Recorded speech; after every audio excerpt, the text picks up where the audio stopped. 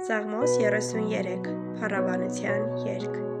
Ցնցացեք Տիրոջով, ով արդարներ, ուղիղներին վայելում է օրհներգությունը։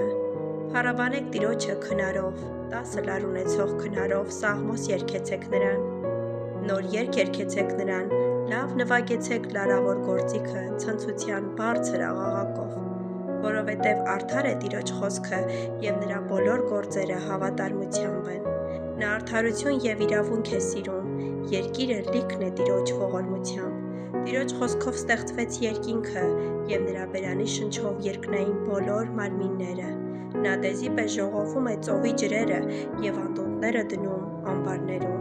Թող Տիրոջից վախենա ողջ երկիրը, թող նրանից սարսափեն աշխարհի բոլոր բնակիչները, որովհետև նա ասաց և եղավ։ Նա հրամայեց և հաստատվեց։ Տերը ոչնչացնում է հեթանոսների խորհուրդները և խափանում է ժողովուրդների դիտավորությունները։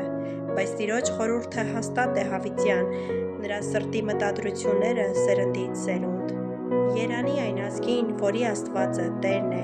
և այն ժողովրդին, որին նա իր համար ժառանգություն ընտրեց։ Տերը նայում է երկնքից, տեսնում է մարդկանց բոլոր որդիներին,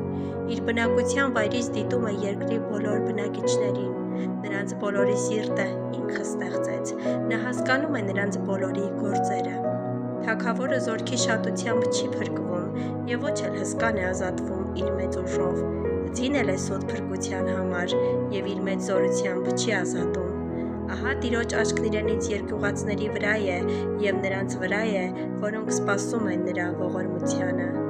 որ նրանց անձերն ազատի մահից և կերակրի նրանց սովի ժամանակ։ Մեր անձը հույսով սպասում է Տիրոջը,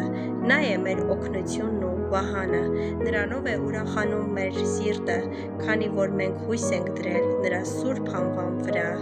Տեր, թող քո ողորմությունը մեզ վրա լինի, ինչպես որ սպասում ենք քեզ։